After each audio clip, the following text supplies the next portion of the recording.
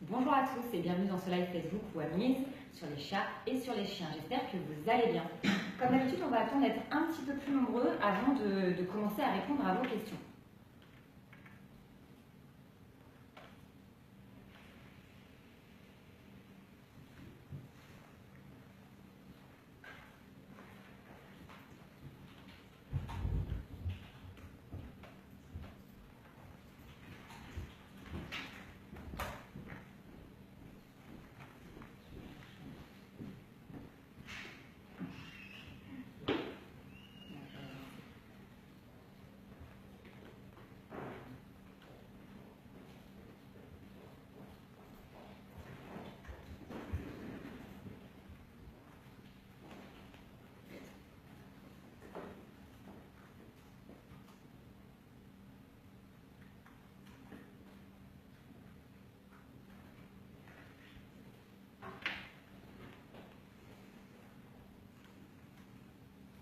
Bonjour Gabriel. Bonjour Tesla. Bonjour Laura. Bonjour Sylvie Tardif. J'ai un homonyme qui est présent sur le live. Alors bonjour à tous ceux qui viennent de nous rejoindre. On va pouvoir commencer ce live Facebook. Je suis Clarisse et je suis en compagnie de Stéphane qui, je le rappelle, est vétérinaire et rédacteur pour Wamise. Bonjour Clarisse. Et bonjour tous. Alors aujourd'hui, vous allez pouvoir poser des questions aussi bien sur votre chat que sur votre chien. Elles peuvent concerner leur comportement ou bien leur santé. N'oubliez pas par contre que je ne peux pas répondre à une question concernant une maladie sur votre animal. Si jamais vous avez un souci, il faut appeler directement une clinique vétérinaire. Par contre, pour toute question d'ordre général ou concernant le suivi d'autres animaux, même si vous voulez comprendre la maladie qu'il a, eh bien, vous pouvez utiliser les commentaires pour directement poser la question et on va essayer d'y répondre au cours du live. Vous êtes très nombreux souvent aussi à poser les questions. N'hésitez pas à bien insister. Et surtout, restez bien jusqu'à la fin de ce live. On va être ensemble 30 minutes pour tenter de remporter une Wamise Box en participant à notre jeu concours. Alors, qu'est-ce que c'est? C'est un coffret cadeau pour votre chien ou votre chat qui comprend des jouets, des friandises, des produits d'hygiène et plein d'autres surprises. Pour ça, il vous faudra répondre à notre question du jour. Mais pour le moment, on va passer à vos questions. Et la première question est celle de Dan Boutard. Mon chat de 8 ans est diagnostiqué IRC depuis 2 ans et est sous Semintra. Elle a du mal à avaler ce produit depuis quelques semaines. Voilà. Qu'en pensez-vous, Stéphane? Alors, je vais préciser déjà, IRC, c'est insuffisance rénale chronique et c'est une maladie qui touche très fréquemment les chats. On dit souvent que le chat est réputé pour avoir les reins fragiles et l'insuffisance rénale chronique, c'est quand son rein commence à avoir du mal à fonctionner. Ça peut des fois s'étendre, comme dans le cas de Dane, sur plusieurs années. Donc souvent ça se traite avec une alimentation spécifique et on peut donner ce médicament, le Semintra, qui est un des extraits de cranberry, donc c'est un complément qui va soutenir la fonction du rein. Mais effectivement, si elle a des difficultés à avaler ce produit, ça c'est des techniques à utiliser avec de l'alimentation appétante pour essayer au mieux de lui faire avaler ça. Il faut garder à l'esprit que le produit n'est pas un traitement, ça vient soulager l'animal et limiter l'évolution de la maladie, mais l'insuffisance rénale n'est pas une maladie qu'on guérit, c'est une maladie dont on limite l'évolution. Et ce qui est le plus important pour le chat, c'est la boisson. Pour soulager le travail du rein, et ce qui fait souvent que les chats ont des reins fragiles, c'est parce que c'est un animal qui a beaucoup de mal à s'hydrater. Donc, un des principaux axes de traitement pour les insuffisants rénaux, c'est de leur donner beaucoup à boire. Vous donnez de l'alimentation humide aussi, autant que possible, ou bien vous pouvez modifier les croquettes, utiliser des fontaines à eau, multiplier le nombre de gamelles présents dans l'environnement. Bref, tout ce qui va favoriser la prise de boisson de votre chat va limiter le travail des reins et va donc lui permettre de tenir le plus longtemps possible avec ses reins un peu fragiles. D'accord. La question suivante est d'Anna. Mon chat est diabétique depuis 1 an. Puis-je espérer un jour avoir une rémission? Eh bien, c'est une maladie qui est un petit peu dans la même nature que la précédente, c'est-à-dire des maladies dites métaboliques. Et le diabète n'est pas non plus une maladie qu'on guérit. C'est une maladie qu'on soulage, et en l'occurrence on soulage avec un traitement qui consiste à remplacer l'organe défaillant dans le diabète, c'est le pancréas, donc c'est des injections d'insuline, et c'est des traitements à vie. Donc il peut y avoir des évolutions du diabète au cours de la vie de l'animal, De temps en temps, il faut faire varier les doses d'insuline, donc ça nécessite des contrôles qui sont réguliers chez le vétérinaire pour voir comment la maladie évolue. C'est tout à fait possible que l'animal sous traitement passe à un moment donné en décompensation, c'est-à-dire que la maladie reprend le pas à nouveau, et dans ces cas-là, il faut faire évoluer le traitement aussi. Donc non, malheureusement, pas de rémission à prévoir. Et surtout, il faut bien assurer un suivi régulier chez votre vétérinaire pour être sûr et certain qu'il n'y ait pas de soucis au cours de l'évolution de la maladie. Très bien. Eh bien, on souhaite bon courage à Anna. Alors, question suivante de Nathalie. Mon chat ne ronronne pas. Est-ce normal? Ah, ben ça arrive. C'est pas extrêmement fréquent, mais ça arrive. Il faut savoir un truc très intéressant sur le chat, c'est que parmi tous les félins, c'est le seul qui ronronne autant. C'est-à-dire que les félins, et en particulier le chat, à l'état sauvage, ils ronronnent très peu. Et c'est souvent réservé à des situations qui n'ont rien à voir avec celles qu'on a l'habitude de voir, à savoir souvent on décrit le ronronnement dans des moments d'agonie, hein, donc de souffrance. Donc c'est totalement différent à l'état sauvage et à l'état domestique avec nous. Avec nous, le ronronnement est plus fréquent, c'est un outil de communication qui marche très bien sur nous, puisque chez nous ça a carrément des effets physiologiques, hein, ça fait baisser le cortisol, ça détend les muscles, ça diminue le stress. Donc on a vraiment une interaction qui a été faite au cours des 4000 ans où le chat a vécu auprès de nous, et l'homme s'est peu à peu aussi habitué à ce ronronnement, puisque maintenant les ronronnements des chats, on a une étude qui a montré que certains ronronnements ont la même fréquence que le cri de nos bébés, c'est-à-dire en fait les chats utilisent un son qui chez nous provoque beaucoup de réactions et a tendance à nous attirer. Donc, oui, les chats ont tendance à ronronner près de nous, mais ils ne le font pas tous. Vous pouvez avoir un chat, effectivement, qui va manifester son contentement d'autres manières. Il pourra pétrir, par exemple, ou de temps en temps, ils peuvent baver aussi quand ils sont contents. Mais tous les chats ne ronronnent pas, ça arrive. Très bien. La question suivante est de Lucille. Bonjour, depuis quelques semaines, mon chat dort plus que l'été. Est-ce que les chats ont une sorte d'hibernation? Alors non, ils n'hibernent pas dans le sens où l'hibernation c'est vraiment un sommeil prolongé avec très peu d'activité, voire pas du tout d'activité. Par contre, c'est tout à fait possible que l'hiver, votre chat augmente le temps de sommeil ou le temps dédié au repos, parce que tout simplement, il a moins envie de sortir. Hein. Il y a des chats qui sont frileux ou qui n'aiment pas les mauvais temps. Et comme il passe moins de temps dehors, forcément, il va passer à se reposer à la maison. Ça, c'est tout à fait possible. Ce qu'il faut que vous veilliez bien, par contre, si cette évolution, surtout, est là que depuis cette année, vous avez jamais vu ça avant, c'est tout simplement qu'il n'est pas un souci de santé. Comme on décrivait tout à l'heure une maladie qui évoluait sur 2 ans, il y a plein de maladies qui peuvent comme ça s'installer très lentement, et un animal qui est de plus en plus fatigué, ça peut être le début effectivement d'une insuffisance quelconque ou un problème sous-jacent en tout cas qui justifierait cette baisse de forme. Donc à vérifier en parallèle avec l'appétit, ça peut être aussi un bon indicateur pour voir si l'animal est malade sur une maladie qui évolue très lentement. Mais voilà, après avoir exclu la possibilité qu'il soit malade, effectivement, après, simplement mesurer son temps de sommeil pour voir qu'il n'y a pas de gros écarts. S'il n'y en a pas, oui, c'est tout à fait naturel que le chat puisse dormir plus longtemps l'hiver, sans problème. Très bien. Question suivante de Chloé. Bonjour, ma chienne, une flat coat retriever, je ne sais pas si je prononce bien, de 2 ans, lèche constamment, que ce soit nous, le sol. Est-ce que ce comportement est normal et comment y remédier? Alors non, à mon avis, tel que vous le décrivez, il n'est pas normal. Le chien lèche naturellement, hein, en guise de communication, mais c'est aussi la langue un outil énorme pour explorer l'environnement. Très souvent, quand ils flairent, ils vont lécher ce qu'ils ont trouvé. Par contre, là, vous décrivez un chien qui lèche de manière compulsive. Et les comportements compulsifs sont bien décrits chez le chien. Là, on parle presque de TOC, hein, comme chez les humains. On va parler de comportements répétitifs chez les animaux, mais c'est sensiblement la même chose. Et ça peut être la manifestation d'un problème comportemental. Il ne faut pas hésiter à avoir un comportementaliste pour voir précisément dans quel contexte ce genre de choses arrivent et voir comment y remédier. Il y a plusieurs solutions possibles, hein. Ça dépend énormément de la cause. Savoir si le chien fait ça parce qu'il a effectivement vraiment un TOC, ou bien si c'est parce qu'il a un défaut d'activité et qu'il fait ça en guise de rituel d'apaisement. Il y a plusieurs causes possibles, donc plusieurs traitements possibles, mais ça se corrige. Donc n'hésitez pas à avoir un comportementaliste, un spécialiste du chien, qui va avoir même un vétérinaire, ça peut être nécessaire dans ce genre de comportement indésirable pour corriger ce problème.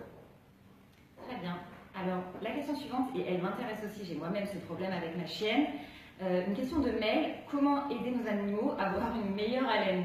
Ah, ça, un sujet qu'on vient de publier en article, on va aller voir après aussi sur l'article ce que je commente à propos de l'haleine des chiens. Et effectivement, c'est un grand sujet, parce que les chiens ont tendance déjà à avoir une hygiène buccale assez, comme je disais à l'instant, la langue et la bouche du chien servent à explorer l'environnement, et en particulier le chien, il a tendance à être un carnivore opportuniste au niveau alimentaire, c'est-à-dire qu'il mange un petit peu ce qu'il trouve, et ça peut être des fois des choses assez sales, notamment les excréments.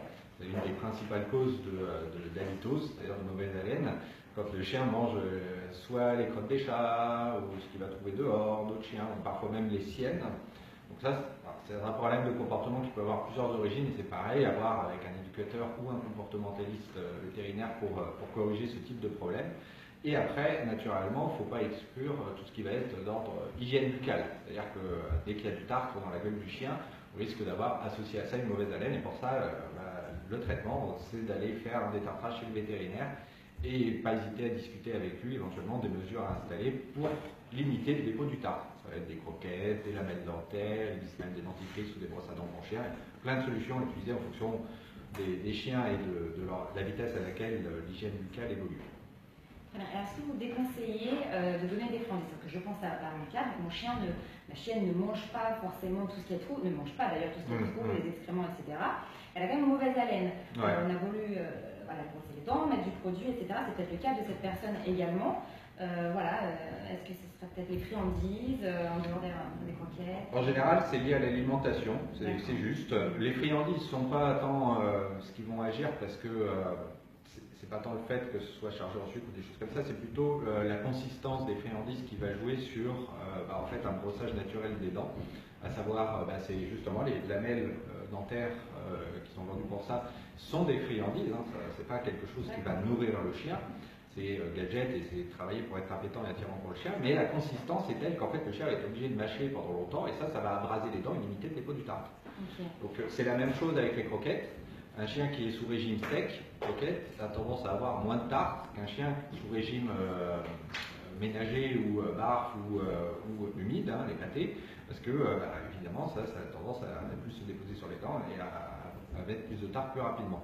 Donc en fonction du régime alimentaire de votre chien, certains chiens n'ont pas besoin de détartrage au cours de leur vie, ça restera, mais c'est tout à fait possible. Et il y en a d'autres qui ont besoin d'un ou deux détartrages par an parce que en fait, le tartre se dépose très vite. Donc pour ces chiens-là, ça devient très pertinent effectivement d'utiliser des friandises type lamelle dentaire ou des choses comme ça. Après, sur les friandises d'une manière générale, non, ça vous pouvez donner des friandises à votre chien. Dans tous les cas, la règle pour les friandises, c'est que ça reste en très petite quantité, que ça ne vienne pas influer sur la ration, parce que si jamais vous donnez trop de friandises, effectivement, ça risque de faire grossir votre chien. Et puis, les friandises ne sont pas des nutriments correspondant aux besoins de votre animal, c'est des choses qui viennent en excès. Il ne faut pas trop en abuser, quoi qu'il arrive. Très bien, merci. La question suivante est d'Amélie. Bonjour, mon chat se prend des coups de folie à nous attraper méchamment, alors méchamment a peut-être une interprétation, pour nous mordre et nous méfaire. Pourquoi fait-il cela? Alors, ça c'est quelque chose qui arrive assez fréquemment avec les chats, en particulier quand ils sont en appart, parce que quand ils sont dehors, on va avoir tendance à le faire dehors, mais c'est ce qu'on appelle les attaques de prédation. Parce qu'il faut bien tenir compte du fait que le chat est un animal qui est d'habitude solitaire sur son espace de vie et qui passe sa journée à chasser. Il a besoin de 10 à 12 souris par jour, donc ça finit toutes les 2 heures. Voilà, c'est vraiment son activité principale, la chasse. Et donc à la maison, c'est l'activité qu'il va reproduire en termes de jeu, très souvent. Sauf que le jeu de la chasse, d'un côté il y a le chasseur, de l'autre côté il y a le chassé. Et quand on est du côté du chassé, ça donne ce que vous ressentez, à savoir se faire attaquer, griffer et mordre. Surtout que le chat, en plus, contrairement au chien, a tendance à avoir du mal à apprendre à contrôler son jeu et ses griffures, morsures, donc il a tendance à faire mal. Et en particulier, on décrit souvent ces attaques comme étant un problème quand le chat est en manque d'activité et que, effectivement, ça se manifeste sous la forme de quart d'heure folie. On a l'impression que le chat devient fou. Il court à travers tout l'appartement et avec les pupilles complètement dilatées, il vous attend au coin d'un couloir et puis il vous saute dessus, toute griffe dehors, dès que vous passez. Donc ça, effectivement, ça peut correspondre au fait que le chat n'arrive pas à satisfaire ses besoins d'activité, et notamment en chasse au cours de la journée. Et donc ça peut se corriger en lui donnant des jouets, des jeux également. Si jamais il aime bien interagir avec vous, pas hésiter à jouer avec lui le plus longtemps possible, et notamment quand il manifeste ses quarts d'heure folie. Souvent, c'est des périodes assez courtes. Quand je dis le plus longtemps possible, ça va être 5-10 minutes le jeu de chat. Et puis, Et au moment où il vous attaque, la meilleure réponse à avoir, la plus simple, c'est de pousser un cri, un nom, quitte à essayer de faire un peu peur au chat pour tout simplement ne pas lui donner envie de vous sauter dessus. Éventuellement, surtout pas le punir, ça c'est pas nécessaire d'arriver jusque-là, simplement pousser un cri, ça suffit souvent à l'éloigner. Et puis surtout lui donner les substituts pour qu'il vous attaque plus vous, mais qu'il ait de quoi s'occuper avec ses jouets. Très bien. La question suivante est de Belinda. Elle porte sur la jalousie qui a longtemps fait débat. Bonjour, j'ai 2 chihuahuas et 5 chats, mais mes chiens sont jaloux quand mes chats viennent me faire un câlin et se mettent à les pourchasser. Voilà, que faire? Alors, c'est intéressant d'évoquer ce mot, jalousie, parce que la jalousie implique le sentiment de possession. Or, c'est pas du tout ça qui se manifeste chez les animaux, donc ce n'est pas de la jalousie. Par contre, ça y ressemble beaucoup, exactement de la même façon d'ailleurs que quand on donne un jouet à un enfant et que l'autre veut pas le même jouet qu'il a dans la main, mais il veut celui qu'a l'autre, pas de la jalousie puisqu'il a exactement le même. En fait, c'est lié plutôt au fait que quand on voit un autre individu en train de s'amuser, ben, on a envie de profiter de qui provoque cette joie chez lui. Et les chiens, ils sont sociaux, ils sont très mimétiques dans leur façon de jouer et de s'amuser ensemble. Et quand ils voient que vous donnez des caresses au chat, ben, ils en ont envie, tout simplement. Donc c'est pas tant de la jalousie dans le sens j'aimerais ce qu'a le chat, c'est plutôt oh il y a des caresses qui sont distribuées, j'en veux aussi. Mais, soit dit, enfin, ça ressemble beaucoup quand même. Mais bon. L'idée étant que bah, du coup il suffit de éventuellement donner aussi des caresses à vos chiens, mais soyez sûr et certain qu'en tout cas ils font juste que profiter de l'occasion, ils ne vont pas vous en vouloir si jamais vous favorisez les chats, aucunement.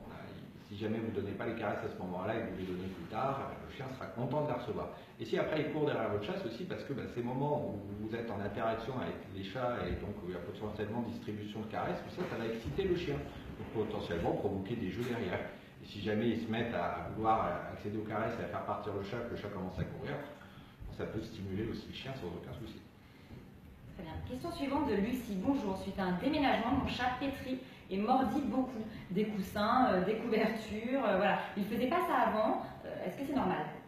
Alors, ça peut être lié au changement de domicile, effectivement. Maintenant, ça paraît pas être un problème de comportement, dans le sens où, en général, le chat fait ça quand il est bien, quand il est heureux et détendu. Donc, c'est un comportement plutôt rassurant lié au fait qu'il ait changé de domicile et que c'est des choses qui provoquent d'habitude du stress.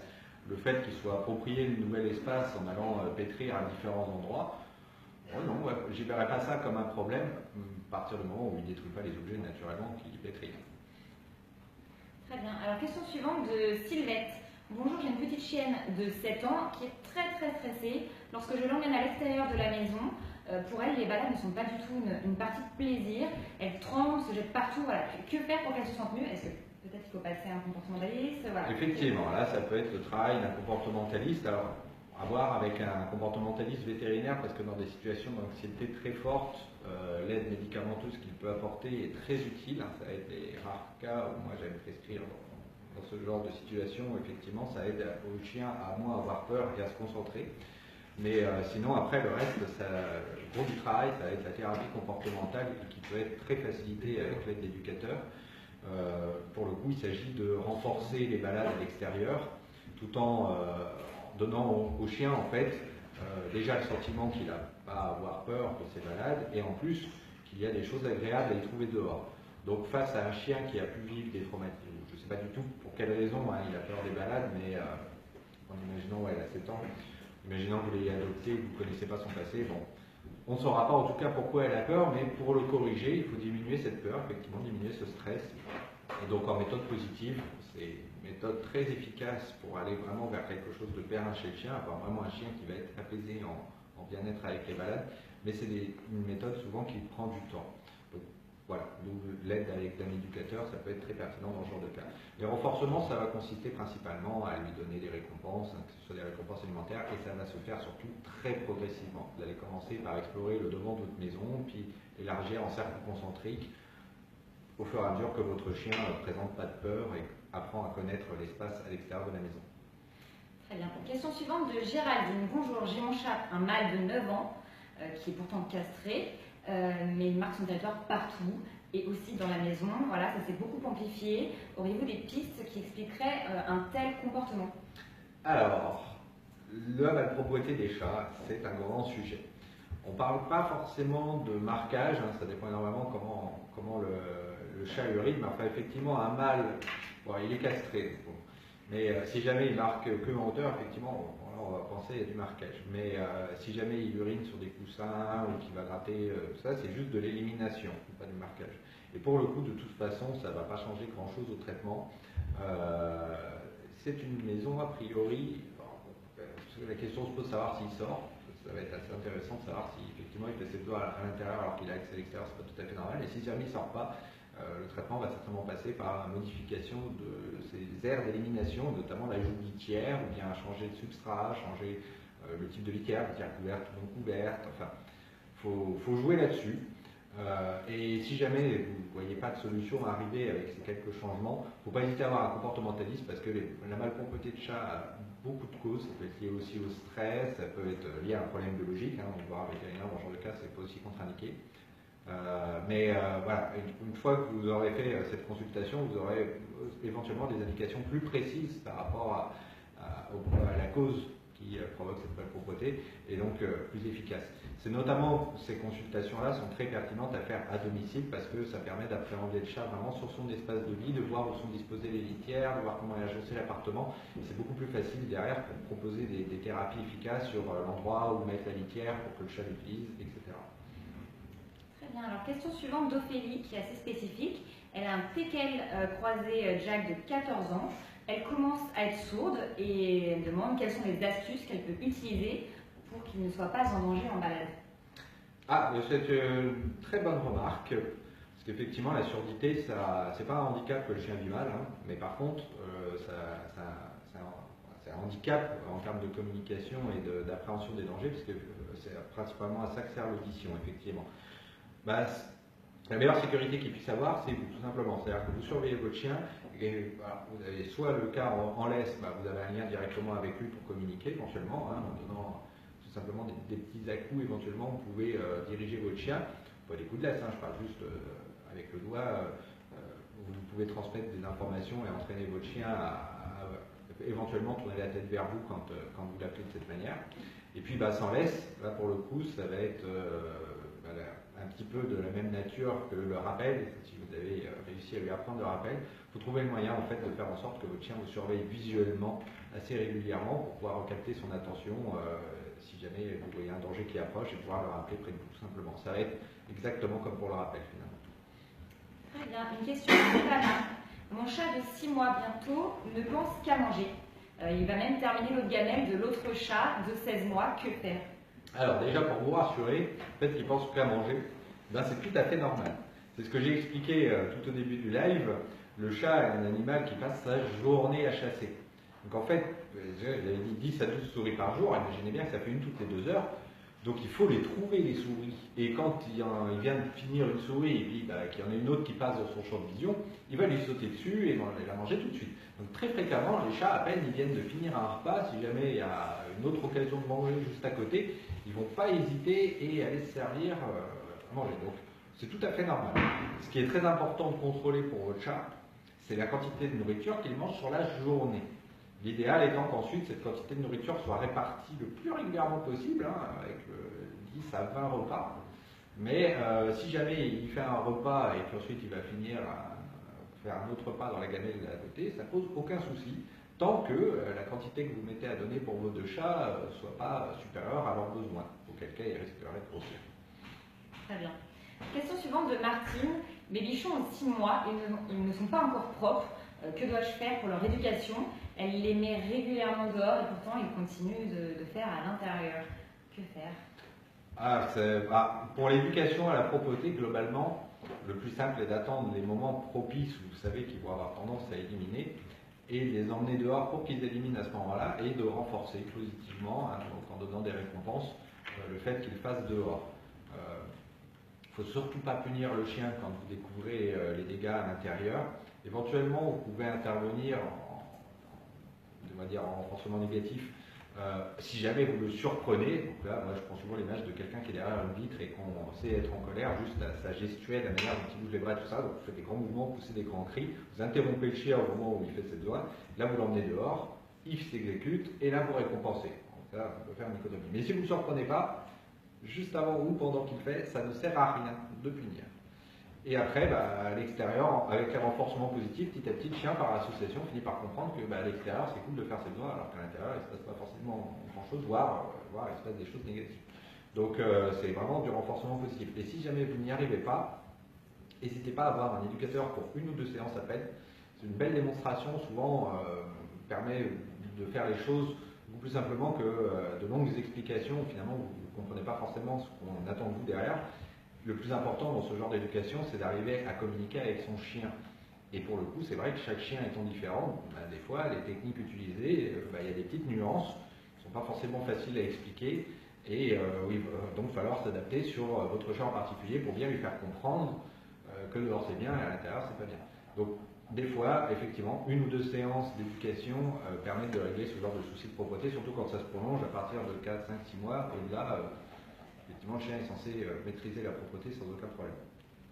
Alors une autre question avant de passer à notre jeu concours. Luna, bonjour, mon chien se gratte, mais il a un collier anti-puce et j'ai bien regardé, je n'ai rien vu. Donc auriez-vous une idée de ce que ça pourrait être? Alors, déjà, c'est pas parce qu'il a un collier et que vous n'avez rien vu qu'il n'a pas de puce. Parce qu'il faut savoir une chose, c'est que déjà les colliers ont des durées d'efficacité très limitées, donc c'est un petit peu comme les pipettes, ça doit se changer régulièrement. Et en plus, c'est un truc que moi personnellement, je préfère utiliser les pipettes par rapport à ça, parce que les colliers, ça va diffuser le produit à partir d'un seul endroit. Donc arrivé en fin de période active du produit, souvent on a des zones sur l'animal qui se retrouvent avec une concentration de produit inefficace et les puces peuvent revenir. Donc ça mis à part, il faut quand même vérifier qu'il a des puces et ça se fait avec un peigne. C'est pas le fait de voir au nom des puces qui permettent de savoir si le chien en a. Il faut passer un coup de peigne dans ses poils et essayer de voir s'il a des caca de puces. Et c'est ça surtout qu'on va trouver, parce qu'on voit très très rarement finalement les puces adultes. Et puis, on ne parle que des puces, mais il y a bien d'autres causes de grattage chez le chat, que ce soit des causes parasitaires ou des causes autres, ça peut être du métabolisme ou bien d'autres raisons. Et donc ça va s'objectiver en clinique, de toute façon, parce qu'il faudra faire un examen clinique, voir la peau de l'animal, voir les zones où il se gratte, privilégier, et éventuellement même, ça peut aller plus loin avec prise de sang ou analyses diverses. Donc, pas hésiter à voir un vétérinaire si vous trouvez que votre chat se gratte trop. C'est le premier endroit où il faudra vérifier s'il n'y a pas un autre problème que les puces. Très bien, merci. Il est temps de passer à notre jeu concours pour tenter de remporter une Wamisbox, donc un coffret cadeau pour votre chat ou pour votre chien. Et pour ça, il faut répondre à notre question du jour, qui est la suivante. Quelle est la race de ce gros pépère? Il vous suffit de donner votre réponse dans les commentaires.